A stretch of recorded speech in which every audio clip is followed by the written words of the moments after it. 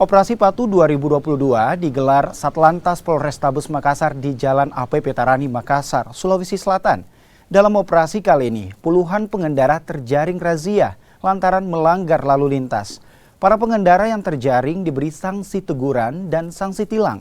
Tak hanya itu, mereka juga diminta untuk membacakan peraturan yang dilanggarnya di depan muka umum.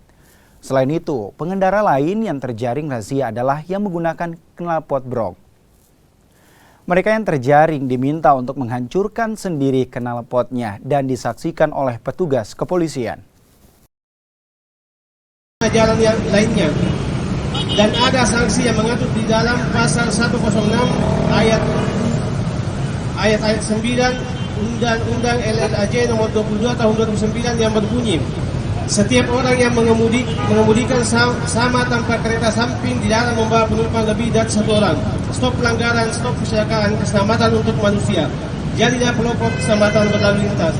Kegiatan ini kami tujuankan supaya ketika seorang pelanggar itu kita temukan di jalan, kemudian kita lakukan pencerahan, kemudian kita mengambil data-datanya, berikut nomor HP-nya, kemudian kita minta mereka dari meme atau video ataupun pesan-pesan keselamatan yang kita masukkan ke dalam handphonenya, supaya dia turut men-share kepada kelompok atau keluarga atau teman-temannya, baik itu melalui WA, Telegram, dan segala macamnya.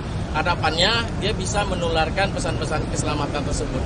Setelah itu dia memberikan pesan keselamatan, kita berikan teks dia untuk dia baca, sehingga harapan kita dia membaca, dia paham, dia sadar, kemudian dia bisa memberikan tahu kepada orang lain dari bacaannya, sehingga orang lain yang mungkin pada hari itu dia tidak melakukan pelanggaran menjadi paham dan mengetahui, sehingga tidak melakukan hal yang sama dari pelanggaran yang ada.